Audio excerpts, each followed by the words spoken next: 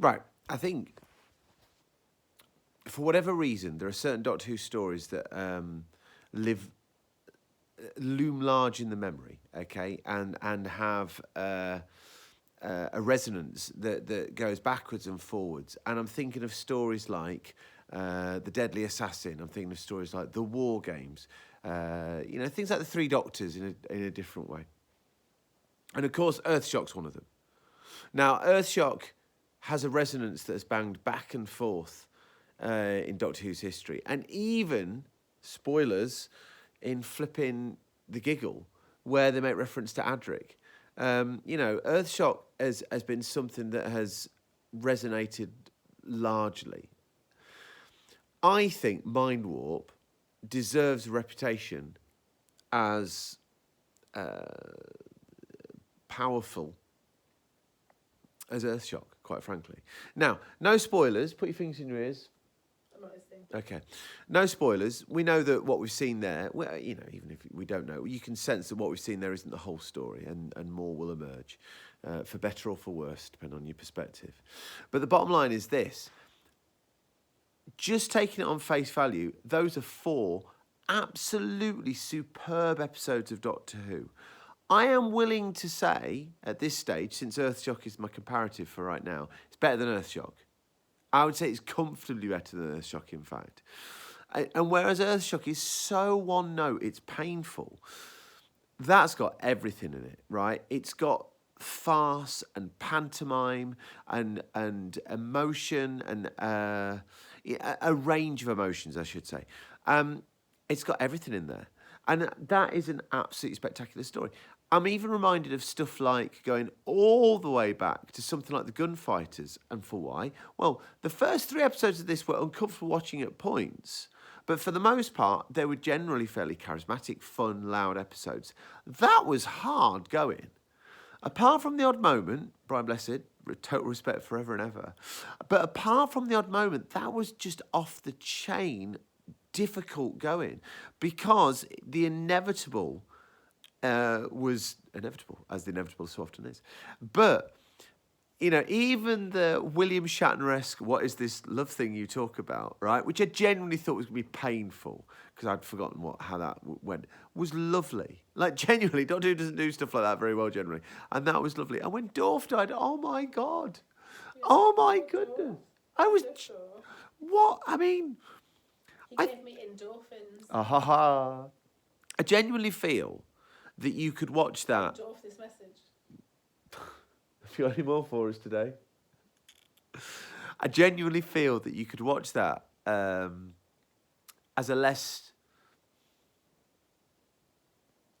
Ooh, I was going to say something quite kind then. I don't mean to.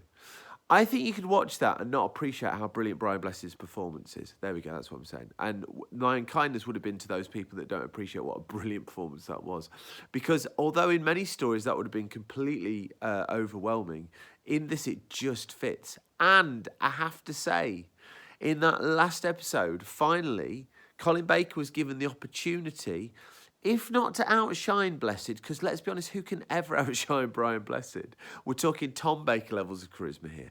But Colin Baker matched him. I think he might have more than that. Yeah, you reckon? Colin Baker matched Blessed in that episode, I'm going to say. Right, there were moments where the scripting, the direction, and the performances allowed the Doctor to sit on a plane with this ridiculous... I mean, he's ridiculous, but in the best way. Okay, that's not a criticism at all. Crozier going all slightly maniacal and godlike, that works for me. Syl just is the perfect foil in every single moment. Even the moments, the jokes about fish, everything there was absolutely spectacular. And I've got to say this, man, Colin Baker's performance at the end, where he... You're a Colin Baker stan. Colin Baker's time as the Doctor has been sullied in the popular... And this is raging, isn't it, this debate at the moment with the flipping RTD thing I've not seen, and Collinson saying whatever he said, which sounded totally reasonable on the clip, by the way, because, you know, you could argue that Doctor Who lost its way in this period because there's enough stuff that makes you go, what on earth are you doing? And by the way, I'm including Davison's era in that before anybody gets, you know, shirty about it. And, you know, you will see, those of you that don't know, how I feel about Silver when we get there. But there is just so much potential for a brilliant reign as the Doctor here.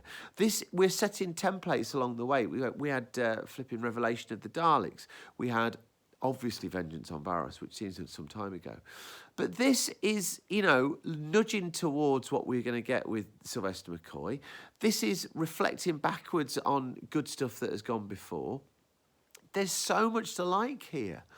So it absolutely kills me that this sits within the Trial of a Time Lord season, which is generally derided. You don't get many people turn around and say, oh, you non-fan, I think you should sit down and watch all of Trial of a Time Lord. No, I want to be able to say to people, watch Mind Warp, because Mind Warp's ace.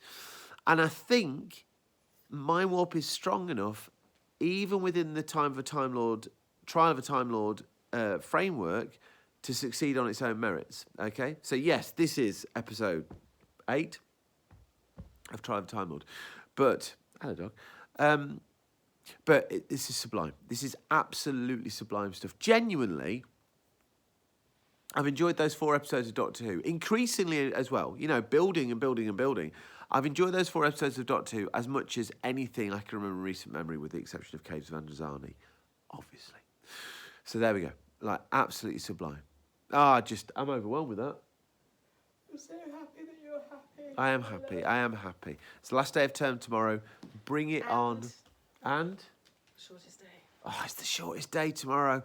Yes! Up yours, Brian Cox. I love Brian Cox, really. Don't get at me. And that's the professor, not the actor. Although I've got no beef with the actor either. Bye.